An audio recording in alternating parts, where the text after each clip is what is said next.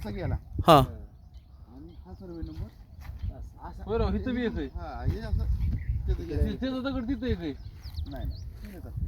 होय आणि जुनं खिळं बी असतात बरं का बाबा हा हा हा हा दगडी अशी टाकलेली असतात बघा अशी असं म्हणजे टेक केलेला असतो त्याला जुनं खिळं म्हणतात ताली खोल असेल दगड खाऊ पहिलं जुन्या जुन्या ह्याच्यात आहे ना साखर दंडाची माप असते 10 एकर मागं ना 1 एकर तालीत जाणार असायचं म्हणजे पहिल्या ताली कशा असायच्या बैलगाडी जाईल एवढे ताली असायचे नमस्ते मित्रांनो, आज खरं तर सावित्रीपणात फिरत असताना या ठिकाणी जळलेला भाग पाहत होतो आपण आणि फिरत फिरत आलो समोर अशी काही 3 तोडी दिसल्या.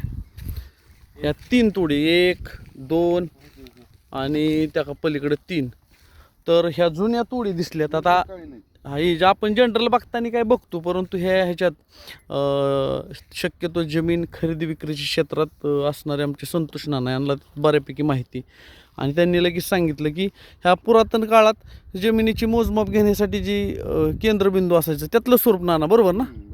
तर आणि आपल्या जमिनीच्या रेग्युलर जमिनीत नाना त्यात कसले असते समजा आता बाग आहे ते त्यात बी काहीतरी जुन्या जुने सगळीकडेच होतं ही पुन्हा हा. बागायतात राहिले नाहीत आता ही हा बागायतात काय झालं वहितीतनं काढून घेतलं आता ही 3 खिळं एका जागेवर करायचं म्हणजे तर जागा किती असते माणूस हा हा हा सोडत नाही. म्हणजे पूर्वी जमिनी मोजण्यासाठी किंवा माप करण्यासाठी अशा खूण असायची त्यापैकी एक जुनी खाण आहे बघा. सहज फिरत फिरत असताना आले कालांतराने जर अशी माहिती नसणार तर ह्या कशाचं काय सगळं लपत जाईल पण अशा काही गोष्टी जुन्या आहेत ज्याच्यावर जमिनी मोजण्याची पद्धत सोप्या पद्धतीत मस्त आता आधुनिकता आली परंतु जुनं ते सोनं म्हटलं तर वावगं ठरणार नाही नाना काय म्हणायचं. हा एक नंबर अशा जमिनी मोजण्याच्या जुन्या वेगवेगळ्या गोष्टी समजत जातात कळत जातात.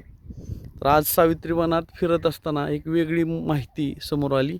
हे परवा पेटलेलं दिसतंय नंतर विजवलं गेलं अशी एक आजची आठवण.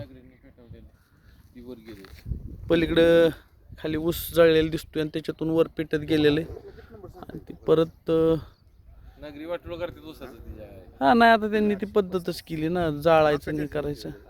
तर धन्यवाद मित्रांनो.